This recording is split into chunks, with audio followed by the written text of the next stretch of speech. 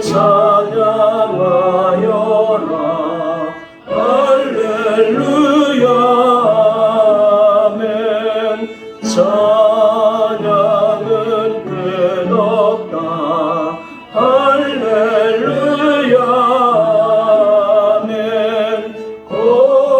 거룩한 집에서 준종일이며 늘 찬송 부르자. 할렐루야. 아멘.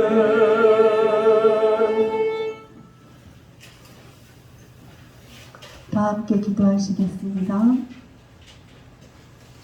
시간의 주관자가 되신 하나님, 2023년 마지막 자리에서 예배를 드립니다.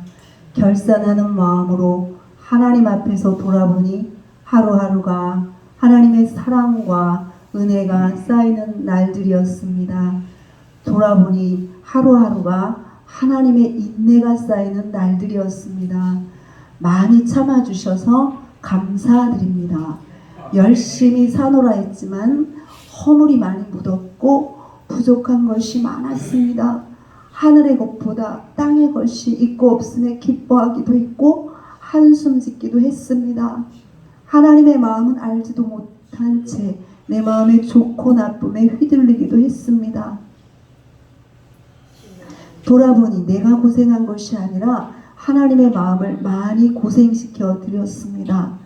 용서를 구하오니 받아 주옵소서. 하나님의 마음과 우리의 마음이 함께 기쁜 그런 삶이 되기를 원합니다.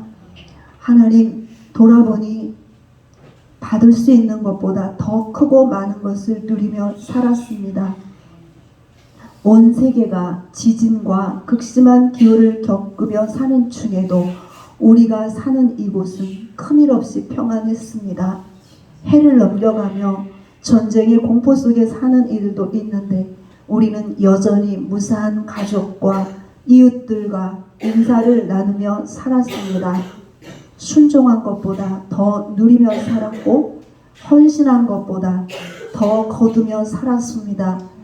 이 은혜를 생각하며 늘 감사하고 주위를 둘러보는 삶, 나누는 삶이 되기를 원합니다. 이렇듯 여전한 허물과 죄에 엎치락뒤치락하며 살지만 모든 것이 합력하여 선을 이루게 하시는 하나님의 손길 아래 나날이 온전함을 향하여 나아갈 줄 믿습니다. 약속하신 말씀대로 예수 그리스도의 거룩하고 영광스러운 형상을 덧입으며 나아갈 줄 믿습니다. 하나님께서 사랑하시고 은혜 주시는 나라, 이 나라를 위해 기도드립니다. 베푸신 은혜가 헛되지 않아서 세계 중에 거룩한 제사장 나라로 더 잘 쓰임 받기를 원합니다. 기도와 물질로 계속 선교하게 하시고 깨끗한 문화로 선한 영향력을 끼치는 나라가 되게 하옵소서. 다음 세대가 믿음을 잘 계승하여 이 나라를 지켜가게 하옵소서. 정치적 분쟁은 잠재워 주시고 각 분야에 세워진 하나님의 사람들이 성경적 가치를 잘 지켜갈 수 있도록, 어둠과 싸워 승리할 수 있도록 지혜와 능력을 더하여 주옵소서. 오늘 이곳에서 믿음으로 예배를 드리는 모든 교우들을 위해 기도드립니다. 이 겨울도 건강하게 지내도록 은혜를 주셔서 기도하고 말씀을 행하는 일에 어려움이 없게 하옵소서. 물질에 어려움이 없도록 부요하게 채워주셔서 가난한 이들을 구제할 것이 있게 하시고 하나님의 부요하심을 찬양하며 살게 하옵소서. 또한 가장 행복하고 보람을 느끼는 자리에서 생업을 이어가도록 인도하여 주옵소서. 이 시간 말씀을 전하는 주의 종에게 생명의 말씀으로 채워 주옵소서. 듣는 우리에게는 순종하며 따를 결단의 마음을 주옵소서. 예수님의 이름으로 기도드립니다. 아멘.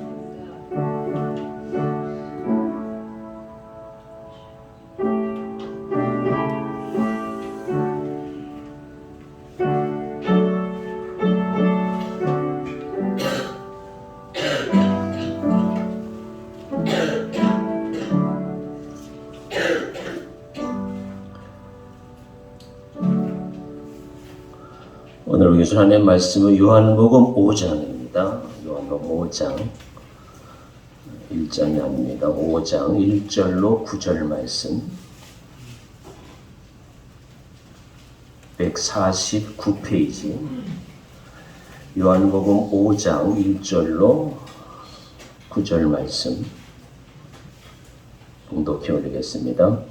그 후에 유대인의 명절이 되어 예수께서 예루살렘에 올라가시니라. 예루살렘에 있는 양문 곁에 히브리 말로 베데스다라 하는 곳이 있는데 거기 행각 5이 있고 그 안에 많은 병자, 맹인, 다리 저는 사람, 혈기 많은 사람들이 누워물의 움직임을 기다리니 이는 천사가 가끔 못에 내려와 물을 움직이게 하는데 움직인 후에 먼저 들어가는 자는 어떤 병에 걸렸는지 낫게 되밀어라.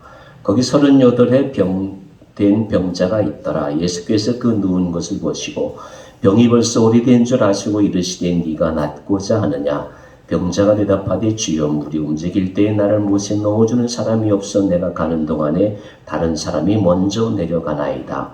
예수께서 이르시되 일어나 내 자리를 들고 걸어가라 하시니 그 사람이 곧 나아서 자리를 들고 걸어가니라. 이날은 안식일이니.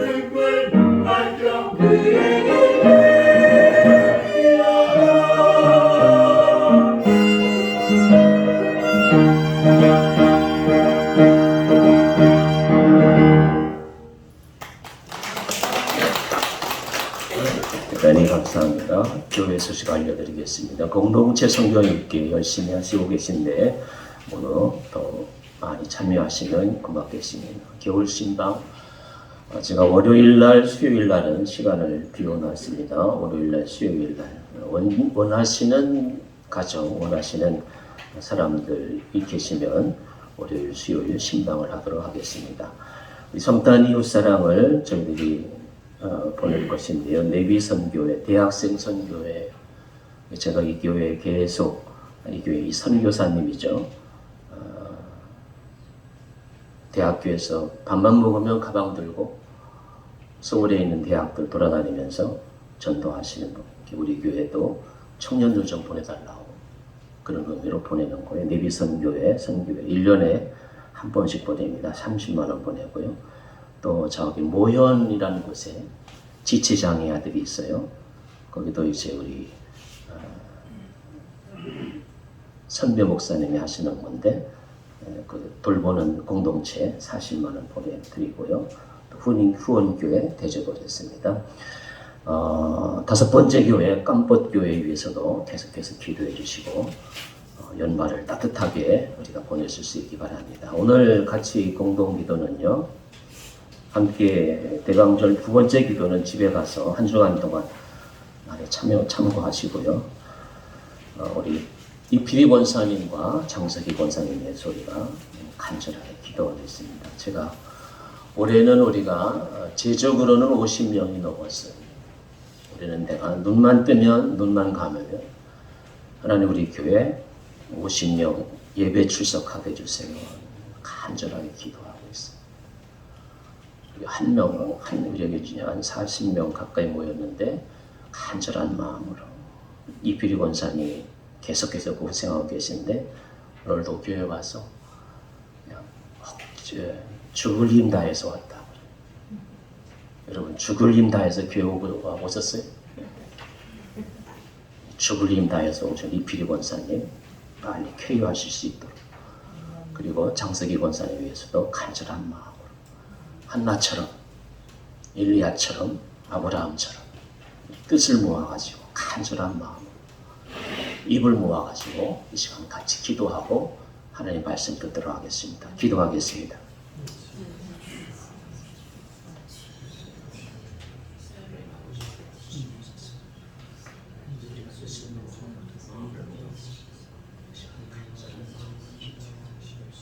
주님이 오고 이곳에 주님께서 찾아오셔서 주의 백성들이 주의 말씀 주의 사랑의 오기를 하나님 아버지 제가 영혼의 치유를 받는 이 시간 주옵소서. 주님의 영광을 주시옵시고 치유하여 주옵소서. 그를 베데스다라는 곳에 기적이 일어나는 곳에 이곳 영성 전하소서. 하나님 그곳 기적이 일어나서 하나님 영광을 주옵소서. 하나님 영광을 주옵소서.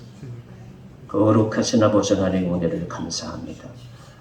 우리 장석희 권사님, 이필희 권사님을 주님의 존전 앞에 올려 드리옵나이다. 죽은 힘 다해서 주의 존전에 나왔습니다.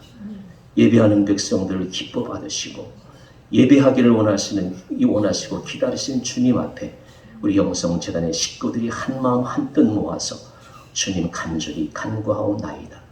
우리 장석희 권사님, 이필희 권사님 치유하여 주옵소서. 오늘 본문의 말씀처럼 베데스다의 기적이 이곳 영성 성전에서도 일어나게 하여 주옵소서. 하나님 우리 모두 한마음 한뜻으로 두 분 권사님을 위해서 기도하옵나니 하늘문을 활짝 여시고 하나님 아버지 내일부터 지금 이 시간 이후부터 건강해서 기뻐 날뛸 수 있는 역사가 있게 하여 주옵소서.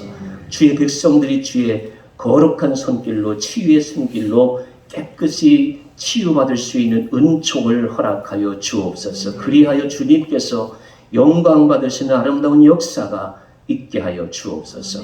이 시간 우리 모두 간절한 마음으로 주의 전에 나왔습니다. 2000년 전 주께서 이 땅에 내려오신 것을 기뻐하면서 그런 마음으로 주님 맞이하러 주님 말씀 들으러 이 자리에 나왔습니다. 한 영혼 한 영혼을 돌보시옵시고 마음과 육체의 모든 질병들을 깨끗이 치유해 주옵시고 특별히 정신적으로 마음적으로 혼란한 것들 복잡한 모든 문제들을 다 해결해 주옵시고 말씀과 더불어서 우리의 모든 문제가 해결받을 수 있는 귀한 역사가 있게 하여 주옵소서. 우리 모든 예배를 통해서 주님 홀로 영광받아 주옵소서. 이곳이 주님의 영광의 도구가 영성 성전이 될 수 있도록 역사하여 주옵소서. 거룩하신 예수님의 이름으로 간절히 기도드리옵나이다. 아멘.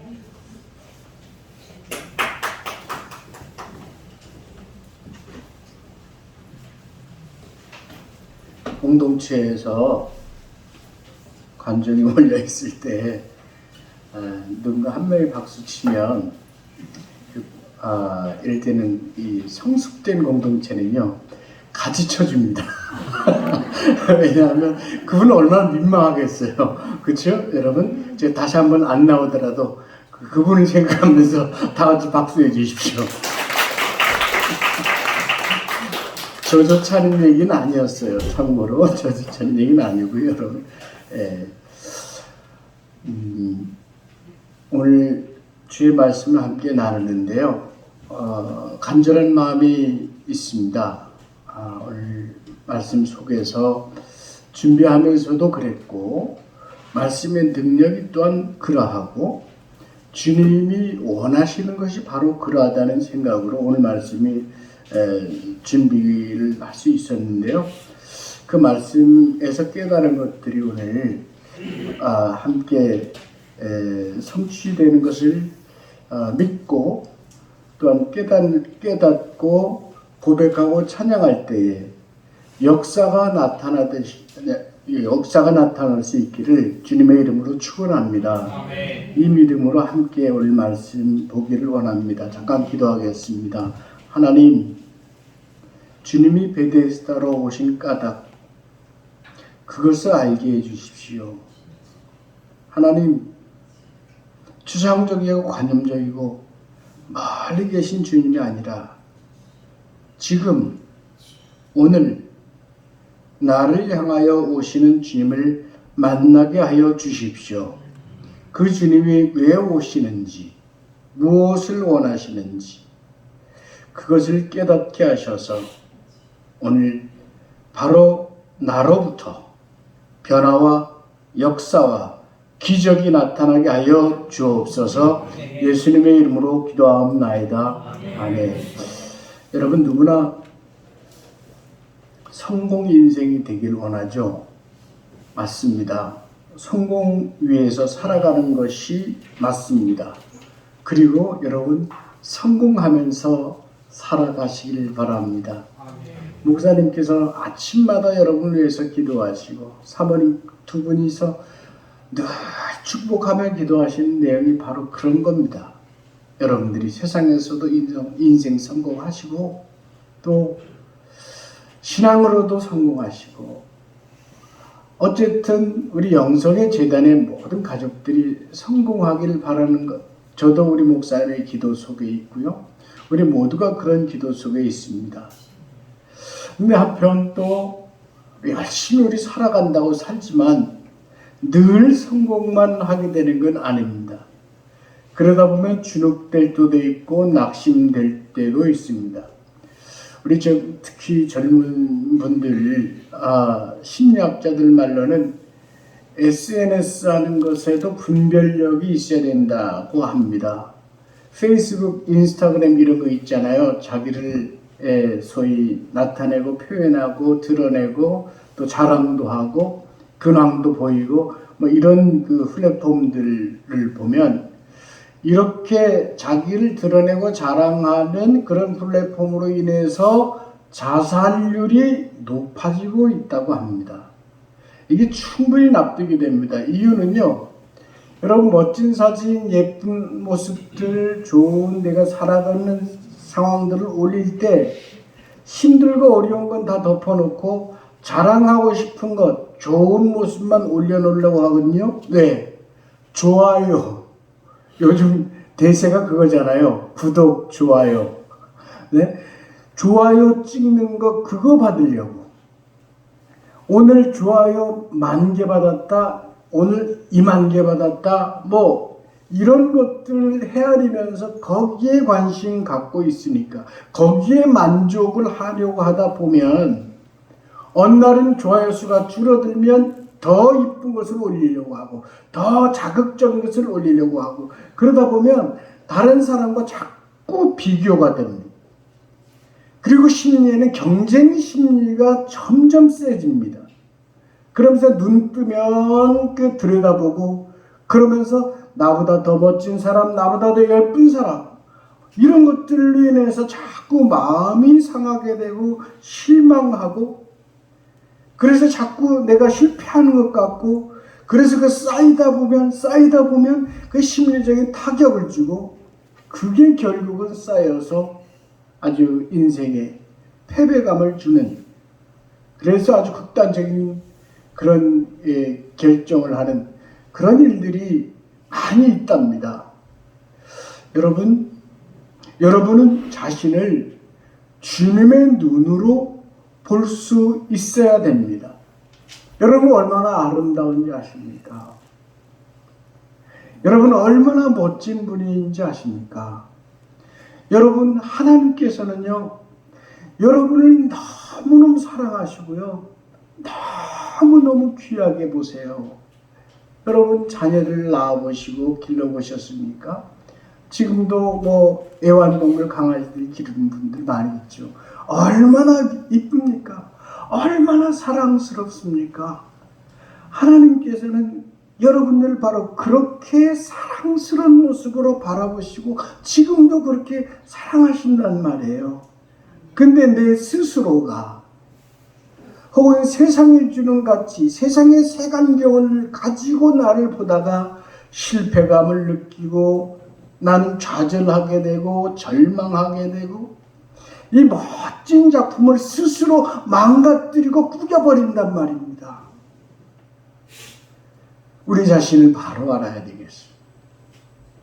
저와 같이 이렇게 가슴에 손 얹어보세요. 가슴에 두 손을 이렇게 얹어보세요. 네, 두 손 얹어보세요. 실수하시면 안 돼요. 자기 이름을 부르면서 창훈아 사랑해 시작. 또 두 분 정신없이 있다가 창훈아 같이 사랑해 했어요. 다시 한번 자기 이름 부르시면서 창훈아 사랑해 시작. 창훈아 사랑해. 이게 하나님의 마음, 우리 주님의 마음입니다. 내 세상에서는 태초부터 사탄은요, 우리 마음을 언제나 무너뜨리려고 비교하게 만들었어요. 맨 처음에 선악과 따먹으라고 할 때 무엇과 비교하게 했어요? 누구와 비교하게 했어요? 하나님과 비교하게 했어요. 선악과 먹어. 너 하나님보다 못하잖아. 그런데 선악과 먹으면 하나님처럼 될 거야. 여러분, 비교하게 해서 사람을 죄에 빠뜨립니다. 지금도 세상은 그러합니다. 수능시험 딱 봤죠? 1등 신문에 나오죠. 2등 이하는 안 나오죠. 1등 최고 세상. 이게 뭡니까? 대통령 최고? 재벌 최고? 그러면 나머지는요? 아닌가요? 1등 못한 사람은 다 그렇고 그런 사람인가요? 그렇게 평가하는 세상만 보다 보면 우리 스스로도 누추해지고 입에 한숨이 쌓이게 됩니다. 오늘 읽은 말씀 중에 보면 바로 그런 사람이 보입니다. 주님이 예루살렘으로 올라가셨습니다. 그 중에 베데스다라는 못으로 갔다고 했습니다. 이 예루살렘이 본래 하나님의 축복 속에 세워진 성이잖아요. 살렘, 예루살렘, 샬롬, 평화의 성이란 뜻입니다. 그 중에 여기 베데스다, 은혜의 집이라는 곳입니다. 은혜의 집 베데스다. 그 베데스다로 주님이 오십니다. 그곳은 특별한 게 있는데 그 물이 온천수예요. 여러분 실로암 못 아시죠? 들어보셨죠? 실로암에 눈머니가 가서 씻었던 그 실로암. 그 실로암 규모는 이게 우리 아파트로 한 24평 정도 되는 아파트 규모입니다.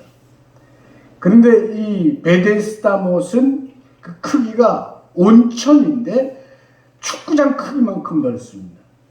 그러니까 굉장한 온천탕이죠. 온천 하게 되면 생각나는 게 뭡니까? 몸이 그곳에 씻으면 좋다는 거죠. 병자들이 많이 몰려들어 있었습니다. 그리고 여기에는 전설이 하나 있었는데요. 이 온천수가 한 번씩 휘 돌 때가 있답니다. 그때가 언제냐면 천사가 하늘에서 내려와서 이 물을 돌게 한답니다. 그럼 이 물이 휘 돌면 이 그 회오리바람처럼 돌게 되면 그때 바로 그 순간에 맨 먼저 뛰어드는 사람은 어떤 병이라도 낫게 된다는 그런 전설이 있었습니다. 당시에 그런 전설이 있었대요. 그래서 이 병자들이 몰려들었고 이 병자들은 대다수가 불치의 환자들이었습니다. 그 집의 이름처럼 이 기적과 같은 은혜를 입으려고 이 은혜의 집에 모여서 지냈던 것입니다. 이렇게 모여 살면 오순도순 사이좋게 이 약한 부분도 나눠가면서 도와가면서 살 것 같은데 사실 그렇지가 못합니다. 생각해 보세요, 여러분. 이 사람들 일제히 모두가 소원은 딱 하나입니다. 뭐예요? 천사가 나타나서 물이 돌면 1등으로 뛰어들어가는 것. 모두가 거기에 집중해 있습니다. 이것이 목표입니다. 그러니까 모두가 촉각을 곤두세우고 듣고 싶은 말이 있을 겁니다. 촉각을 곤두세우고 귀 기울인 말. 천사가 내려왔다. 이 말 누군가 농담만 해도 정신없이 달려갈 겁니다. 아, 물이 돈다! 장난치는 짓궂은 말들도 있었겠죠. 얼마나 거기에 촉각을 곤두세우며 달려갔을까요? 그 중에 오늘 보는 사람은 중병인데 지겹도록 오랫동안 누워 있습니다. 무려 38년이라고 했습니다. 38년. 3개월도 아니고요. 3년도 아닙니다. 38년. 생각해 보십시오. 몸이 마비되어서 누워서 지내는 도안의 중풍병자입니다. 그럼 누군가 도와주어야 겨우 움직이는데 그런 상태로 38년을 지내고 있으니 이분이 얼마나 삶이 고단하고 비참하겠습니까? 당시에 병이라고 하는 것이 지금은 병이라는 것이 있을 수도 있고 또 낫기도 하고 뭐 그런다 치지만 의식이 발달되지 못하고 병이라는 것 자체가 죄 때문이라고 인식되던 때입니다. 그러니 이 사람이 늘 무시당하고 죄인 취급당하고 얼마나 비참했겠습니까? 밥은 제대로 먹고 살았겠어요? 재산이 어디 있겠습니까? 38년이나 되는데 도와주는 사람이 있었는지 모르겠습니다. 그리고 여러분, 정말로 더 비참한 것은 물이 동하는 순간, 기다리고 기다리는 그 순간이 온다고 해도 그는 언제나 뒤처질 수밖에 없습니다. 누군가 장난삼아 한 번씩 물이 돈다, 아니면 실제로 천사가 나타났어, 물이 돌고 있어 라고 했다고 합시다. 그러면 이웃과 같이 친구처럼 지냈던 모든 사람들이 일제히 연못으로 뛰어드는데 이 사람은 움직이질 못합니다. 죽을 힘을 다내야 몸을 뒤척이고 기어가 보려고 하지만 움직일 수가 없어요. 달려가는 사람들 멀끔히 바라보는 수밖에. 겨우 할 수 있는 일은 여보 나 좀 도와줘. 좀 같이 가면 안 되나? 이거 사람들아, 친구들아. 이 외쳐보지만 누가 도와주겠습니까? 누가 누굴 돌본단 말입니까? 거기 있는 사람들 보니까 귀머거리 있고 뭐 맹인도 있고 다리 저는 사람이 있고 혈기 마른 사람이 있고 모두가 목표는 똑같은데 나 먼저 살고 봐야죠. 그렇잖아요. 이 사람들 입장에서는 말벗도 하고 친구처럼 지냈을지 모르지만 사실은 모두가 경쟁자입니다. 어찌 보면 모두가 적대적인 관계입니다. 이렇게 38년을 살았으면 여러분, 이 사람 속이 얼마나 한이 맺혔겠습니까? 이 사람이 주님에게 하는 말을 들어보면 알 수 있습니다. 물이 움직일 때에 이 사람이 본 적이 있었나 봐요. 주여, 물이 움직일 때에 다른 사람이 먼저 들어가나이다. 이 얼마나 답답한 말이겠어요. 여기 다른 문장보다 내가 아주 마음 아프게 보는 문장이, 내가 가는 동안에 다른 이들이 먼저 들어가나이다. 참 얼마나 안타까운지 모릅니다. 38년 된 이 몸을 이끌고 어떻게든 가보려고 젊었던 힘까지 짜내가면서 가보려고 하지만, 내가 가는 동안에 10cm를 가겠습니까? 20cm를 가겠습니까? 가는 동안에 이미 남들은 다 그 안에 뛰어들었습니다. 당해낼 수가 없습니다. 한 가닥 희망도 없이 그저 어찌 보면 죽음만 기다려야 되는 그런 상황인지 모릅니다. 여러분, 우리도 연약한 부분들을 안고 살아가고 있습니다. 특히 건강의 문제도 온전한 사람이 어디 있겠습니까? 온 몸이 어딘가엔 다 약합니다. 최고로 건강하다는 소위 20대라고 해도요, 21살 때가 최고 건강하다면서요. 그 후로는 또 노화가 시작된다지 않습니까? 여기저기 어딘가는 다 불편함이 있습니다. 이 세상 사람들이 늘 하는 말이 있잖아요. 여러분들에게도 많이 들었습니다. 돈을 잃으면 조금 잃은 것이고, 건강을 잃으면 모두 잃은 것이다. 이런 말들 하잖아요. 여러분, 그거 세상 말입니다. 성경 말씀 아니에요. 그래도 공감이 되는 건, 정말 몸이 아프면 자신만이 그 아픔을 감당해야 된다는 것이죠. 제약을 많다는 것이죠. 아프면 외롭습니다. 그렇죠? 저도 아파봤는데요. 아프면 서글퍼지더라고요. 이 아픔을 홀로 감당해야 되잖아요. 정성을 다해서 간호해주는 사람들이 있고 기도해주는 사람도 있지만, 결국은 이 아픔은 내가 대면해야 되고 내가 감당해야 된다는 이유입니다. 또 오늘 인생길에서 경쟁사회를 헤쳐나가야 되는 친구들이야말로 참 힘듭니다. 오래전에 회사 생활을 제가 했었습니다. 제가 대학부터 했기 때문에 세상 물정을 너무 모르게 될까봐 나름대로 마음을 두고 학부를 마친 다음 신대영하기 전에 한 2년 동안 회사 생활을 하면서 내가 돈벌이를 해봐야겠고 세상살이를 한번 해봐야겠다 했습니다. 돈도 잘 모이더라고요. 한 2년 동안 일을 해서 나름대로 월세로 시작했다가 전세금도 마련하고 그리고 결혼도 하고 그렇게 했습니다. 예, 나름대로 돈 버는 데는 재능이 있었던 모양입니다. 그런데요, 지금은 시대가 달라졌어요.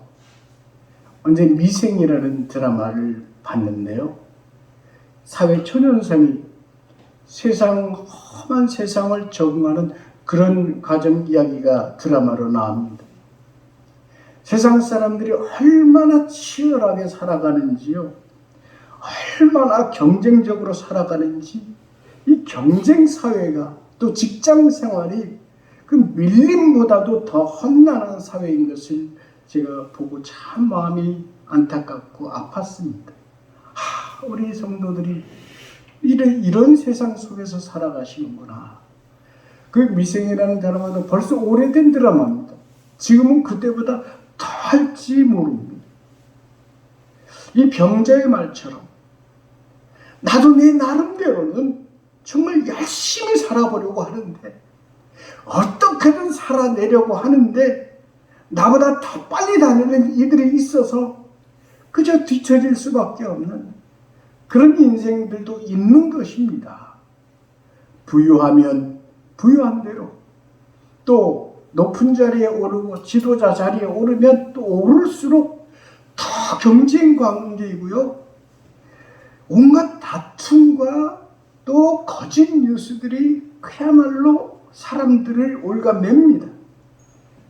갈수록 마음을 터놓고 인생을 나누는 친구가 없어집니다. 그야말로 경쟁 사회다 보니까 스트레스가 많습니다. 여러분, 학교 선생님들이 스스로 목숨을 끊는 사건들이 왜 이런 일들이 벌어지겠습니까? 인간 상식이 점점점 메말라 간다는 것이죠. 존경이 사라진다는 것이죠. 친구가 없고 존경이 없고 권위가 다 사라지고 있는 그런 세상이란 아니겠습니까?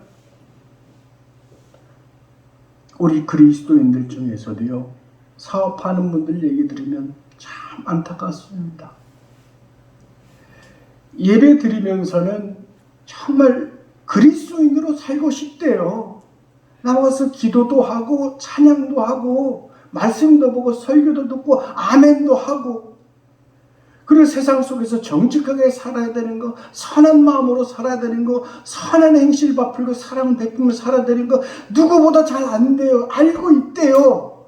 그러나 세상은 결코 그렇게 정직하게 사업하게 놔두질 않는다는 겁니다.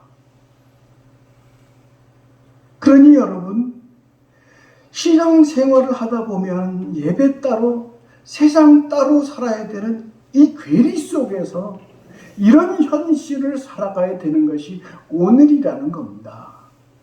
그러니 그런 생활 속에서 심리적인 공허감이 얼마나 크겠습니까? 그렇게 가장 역할도 하고 사회생활 역할, 사회 경제인 역할도 하고 교회에서 직분도 감당하고 성도 역할도 하고, 그러다 보면 이 스트레스에 시달리고 불면증에 시달리고 또 우울증도 빠지게 되는 게 이게 현실이라는 겁니다. 그럼 은퇴하면 좀 나아지나요? 아이고, 은퇴해도 그렇대요. 지금까지 걸어온 그 걸음 폭폭이 있어서 늦출 수도 없고요. 여러분, 농담 중에 그런 말들 많이 합니다. 백수, 혼자 쉬는 분들 있잖아요. 은퇴하고 쉬게 되시. 백수가 과로사 한다는 말도 농담으로들 해요. 얼마나 힘들고 바쁜 세상을 살게 되는지 모릅니다. 한마디로 평안이 사라지고 인간미가 사라져가는 세상 속에서 현대인들은 이 38년 된 병자처럼 아파하면서 홀로 희망을 찾지 못하고 살아갈 때가 많은 것입니다. 혹 우리가 이와 별반 다르지 않다면 성경이 오늘 뭐라고 말씀해 주시는지 한번 귀 기울여 봅시다. 성경이 답해 줍니다. 주님이 이곳에 오십니다. 주님이 이 사람을 향해 오십니다. 본문에 보면 그렇게 기록되어 있습니다. 예수께서 그 누운 것을 보시고 병이 벌써 오래된 줄 아시고 이르시되 내가 낫고자 하느냐. 병이 벌써 오래된 줄 아시고 내가 낫고자 하느냐. 우리 주님의 은혜와 복음 시작이 바로 여기 있습니다. 주님이 오시는 것입니다. 주님은 오시는 분이라는 사실을 확실히 믿으시기를 축원합니다. 카톨릭에서는 그렇게 믿게 안 놔둬요. 신앙생활 잘해야 됩니다. 주님은 오시는 분이에요. 잘못 믿으면요, 멀리 계신 분. 사정사정해야 내 기도 잠깐 들어주신 분으로 착각합니다. 그거 우상신 믿는 방법이에요. 따라하십시오. 주님은 나를 향해 오십니다. 아멘입니까? 대림절에 깨달아야 될 말씀이 바로 이것입니다. 주님은 오십니다. 풍랑 속에 제자들을 향하여 오셨습니다. 절망에 빠진 엠마오 제자들을 향해서 오셨습니다. 울고 있는 마리아와 마르다를 향해서 오셨습니다. 죄 속에 고통치며 몸부림치는 삭개오를 향해서 오셨습니다. 오늘 여러분을 향해서 오시는 주님을 믿으시길 바랍니다. 이 38년 된 병자에게 오셨습니다. 아까 우리 목사님과 함께 기도 나눴던 죽을 힘을 향하여 주님 전에서 예배하시겠다고 오셨던 그분을 향해서 주님 오신 줄을 믿으시길 바랍니다. 그리고 보세요. 이어지는 동사입니다. 보시고 아시고 이르시되 말씀하셨다고 했습니다. 이것이 주님의 사랑, 주님의 은혜입니다. 시편 94편 9절에 이렇게 말씀하시죠.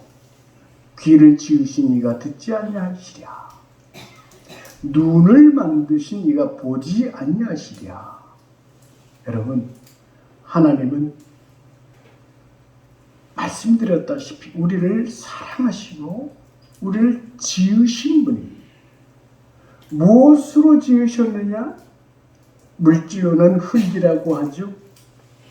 성품으로는 사랑의 의지와 선한 목적을 가지고 그리고 사람을 지으셨어요. 그리고 이 사람을 천하보다 귀하게 여기세요. 그리고 그를 바라보십니다. 여기에 본다는 말은 그 시선을 잠깐 돌려서 본 것이 아니고 오래도록 주목하여 보신다는 것입니다.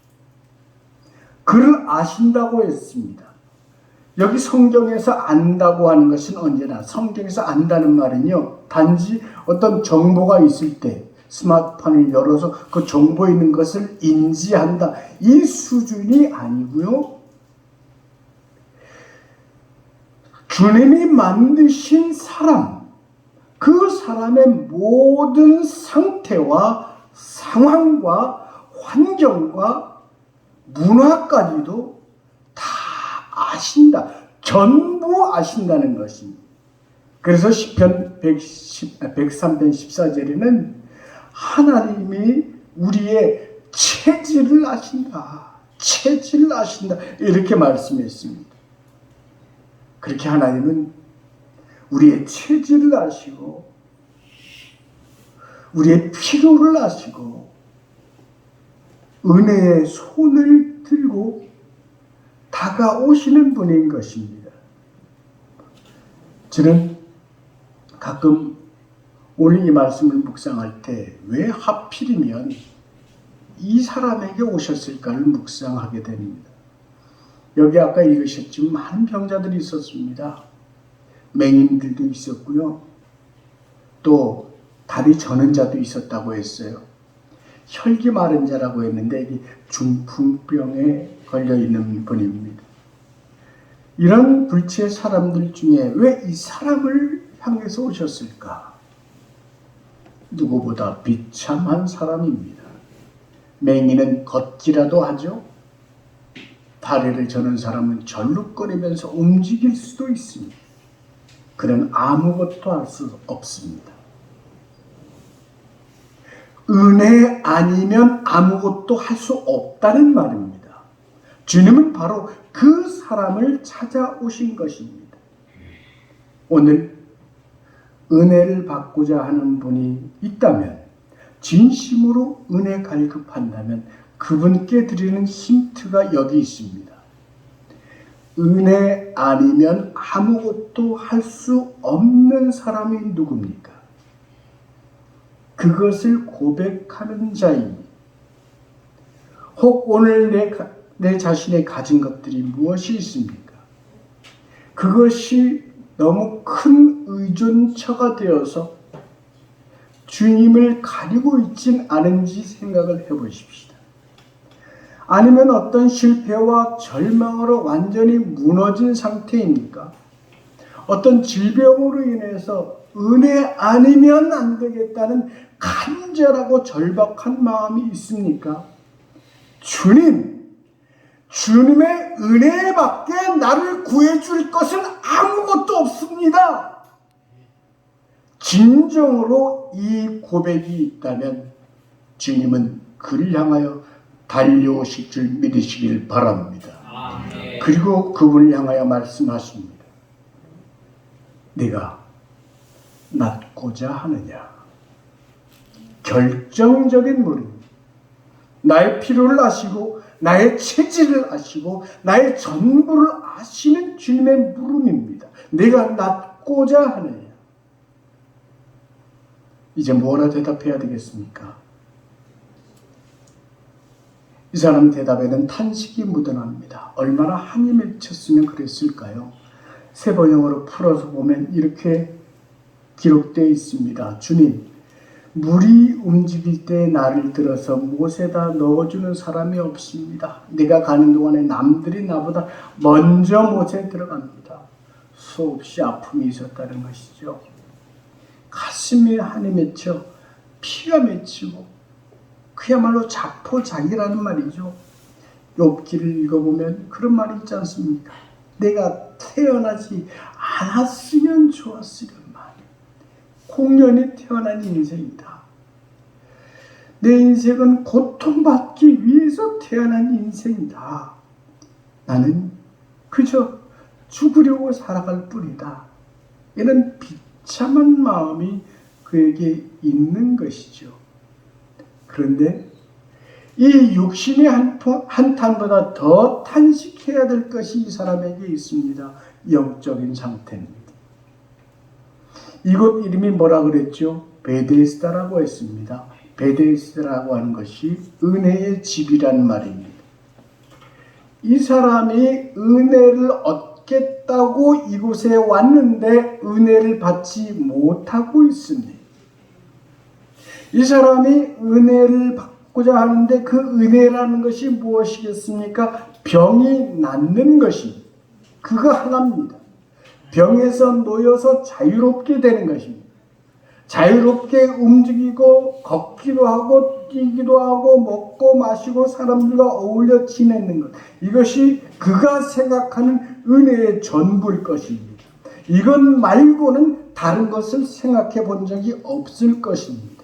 주님은 바로 이 사람을 찾아오셨고 그를 보시고 아시고 그러고 말씀하셨습니다. 뭐라고 하셨다고요?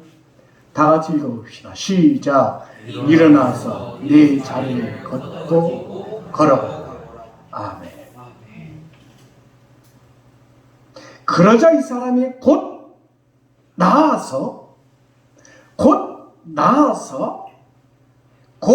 나아서 아멘 할 때까지 곧 나아서 그 자리에서 일어나 자리를 들고 걸어갔다. 할렐루야. 우리 영성교회가 초대교회와 같이 살아계신 주님의 역사가 나타나고 성령님의 기적이 나타남으로써 일어나 내 자리를 걷어 가지고 걸어가거라. 이 말씀 그대로 나타나는 역사 있기를 축원합니다. 다른 말이 없습니다. 군더더기가 없습니다. 주님이 말씀하시니 38년 된 병자가 그대로 나와서 자리를 들고 걸어갔다. 끝. 중요한 것이 이것입니다.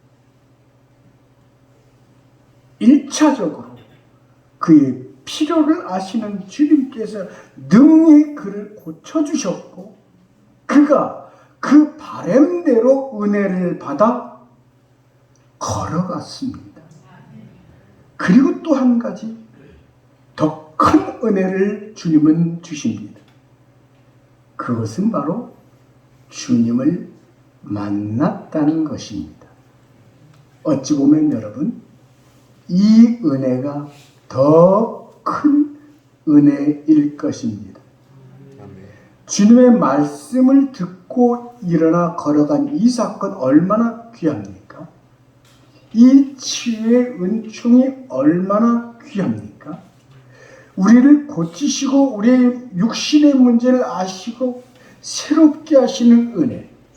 이것이 여러분, 오늘 예배에 나온 여러분들의 심령 속에 육신의 문제뿐만이 아니라 직장의 문제, 학업의 문제, 삶의 문제, 가정의 문제, 자녀의 문제, 사업의 문제, 어떤 문제들도 능히 주님이 해결해 줄 수 있음을 믿으시길 바랍니다. 그리고 그 너머에, 은혜 너머에 은혜를 주시는 주님, 그 은혜를 만나야 되겠습니다. 그것은 곧 주님을 만나는 것입니다. 그래서 육신의 고침을 받은 것처럼 영혼의 고침을 받아야 됩니다. 심령의 고침을 받아야 됩니다.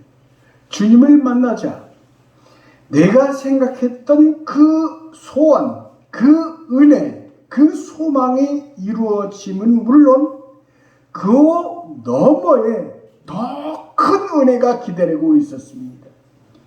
그것이 바로 인생이 고쳐지고 영혼의 길이 바뀌는 겁니다.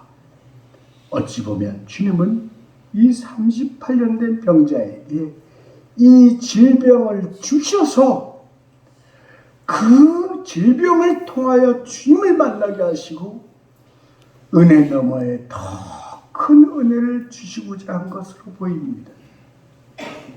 인생 목적이 고침을 받고 가치관의 고침을 받고 의지력의 고침을 받고 삶의 진로와 목표가 고침을 받게 되는 것입니다. 이것이 주님이 이 사람을 찾아오신 까닭이었습니다. 나는 육신의 문제를 해결해주는 은혜를 원할 뿐이지만 주님은 은혜 너머에 은혜를 주시는 것입니다. 이제 우리의 대림절에 꼭 기억하십시다. 주님은 우리를 향해 오십니다. 우리는 이 1차적인 문제, 이 1차적인 아픔을 은혜를 얻고 치유를 받기를 원하지만 주님은 그것은 물론이고 더 큰 은혜 너머의 은혜를 주고자 하신다는 사실입니다. 한마디로 주님은 주님 자신을 주시길 원하시는 것입니다. 이 사람에게 어떤 변화가 나타났습니까? 그가 주의 이름을 전했다고 했습니다. 오늘 읽지 않았지만 15절에 보면 그가 예수님을 만난 것을 유대인들에게 전했다고 했습니다. 육신의 나음을 입고 주님을 전하는 일에 쓰임이 된 것입니다. 이제 말씀을 마치고자 합니다. 여러분, 우리 모두는 은혜가 필요한 사람들입니다. 오늘 세상이야말로 정말로 은혜가 필요한 시대입니다. 학생들이 은혜가 필요하고요. 사업하는 사람들이 은혜가 필요합니다. 각박한 세상에서 직장생활을 하려면 은혜가 필요하고요. 육아에, 살림에, 인간관계에 가짜뉴스가 판치고 돈이 최고다, 권력이 최고다, 인기가 최고다 이렇게 말하는 세상 속에서 진정으로 자신을 지키기 위해 주님과 함께 걸어가기 위해 은혜가 필요합니다. 지금은 마지막 때입니다. 마지막 중에도 마지막 말세의 주말입니다. 주님 은혜를 주옵소서. 이 간절한 기도가 필요한 때입니다. 그런데 이내는 은혜에 목말라 할 줄 아는 사람에게 옵니다. 이 목마름은 성령님이 주시는 것입니다. 주님이 마음 문을 두드려 주시는 것입니다. 은혜의 목마름을 깨닫게 해주시며 문을 두드리십니다. 그리고 그 사람의 의지를 일깨워 주십니다. 사도 요한의 계시록에서 이렇게 들려줍니다. 볼지어다 내가 문 밖에 서서 두드리노니 누구든지 내 음성을 듣고 문을 열면 내가 그에게 들어가 그와 더불어 먹고 그는 나와 더불어 먹으리라. 날 위에 오시는 그분을 영접하고 그분의 말씀을 듣고 그대로 움직이는 것, 이것이 주님이 오셔서 은혜 너머에 은혜를 주시며 우리의 의지를 일깨우시는 길입니다. 은혜가 바로 거기에 있습니다. 베데스다 병자에게 주님 하신 명령을 들어보십시오. 일어나 내 자리를 들어라. 걸어가라. 동사입니다. 일어나라. 내 자리를 들어라. 그리고 걸어가라. 의지를 가지고 말씀대로 움직일 수 있도록 일깨워 주시는 것입니다. 오늘 내 마음을 찾아와서 여러분께 주님이 하신 말씀이 무엇입니까? 여러분께 의지를 일깨워 주시는 말씀이 분명히 있습니다. 그것이 무엇입니까? 베데스다 병자처럼 누워있던 자리, 과거의 자리를 들고 일어나십시다. 질병이 과거에 있었다면 그 질병의 자리를 들고 일어나시고, 게으름이 있었다면 게으름의 과거를 버리고 일어나시고, 원망의 과거, 절망하던 과거, 경쟁과 적개심으로 한이 쌓였던 마음들을 다 접고 새롭게 일어나 이제는 걸어 다니실 수 있기를 바랍니다. 뛰지 않아도 됩니다. 단 뒤돌아보지는 마십시오. 앞을 향해 가십시다. 주님과 걸어가는 것입니다. 은혜 너머에 은혜를 주신 주님과 동행하시며 천국 길을 걸어가시고 천국을 전하시는 저와 여러분 될 수 있기를 주님의 이름으로 축원합니다. 기도하겠습니다. 하나님 아버지, 주님이 베데스다로 오신 그 까닭이 무엇인지를 오늘 말씀을 통해 생각하며 오늘 나를 향하여 오시는 주님을 다시 한번 깊이 만나게 됩니다. 오늘 육신의 연약함이 있을 때, 어떤 소원들이 있을 때, 문제들이 있을 때, 아픔들이 있을 때 그 은혜를 주시고 해결을 주시고 치유를 주시고 회복을 주시고 또한 그 은혜 너머에 은혜를 주시며 인도하시는 주님을 우리가 마음에 영접하게 하시고 주님과 더불어 걸어가는 저희들 되게 하여 주옵소서. 예수님의 이름으로 기도합나이다. 아멘.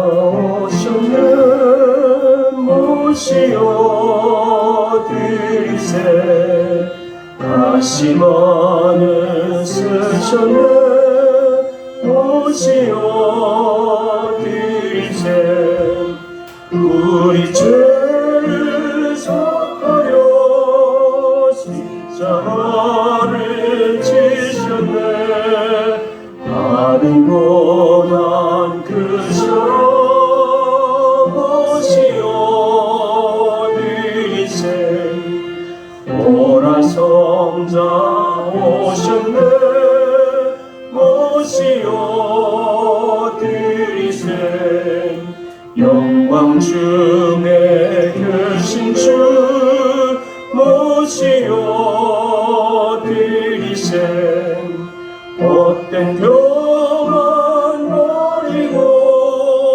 우리 구주 모시어 영원 복락 누리세 드리세 모시어 드리세 겸손한 자 찾노라 모시어 드리세 하늘에서 부르네 모시어 드리세 좋은 자리 드리고 주시는 구하세 하늘나라 채우세 모시어 드리세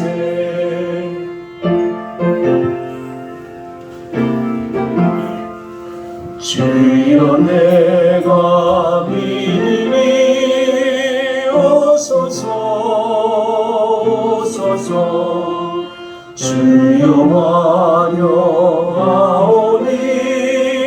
오소서 생명길로 이끄사 슬픈 위로하시고 진리 알게 하소서 오소서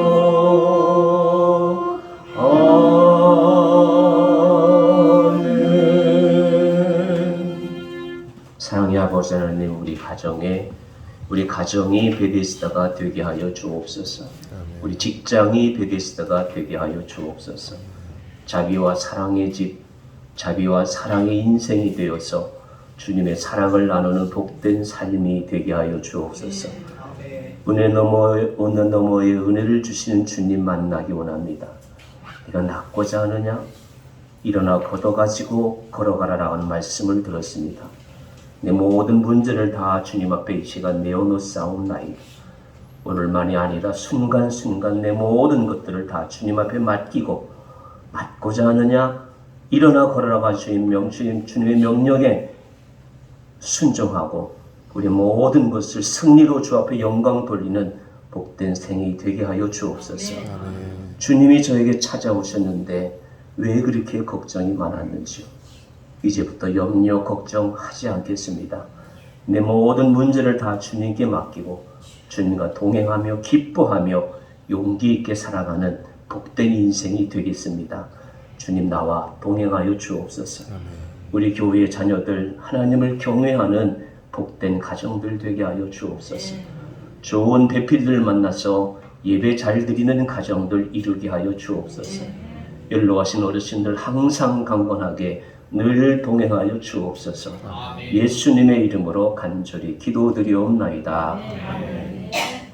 비전 선언하겠습니다. 전도합시다. 전도합시다. 전도합시다.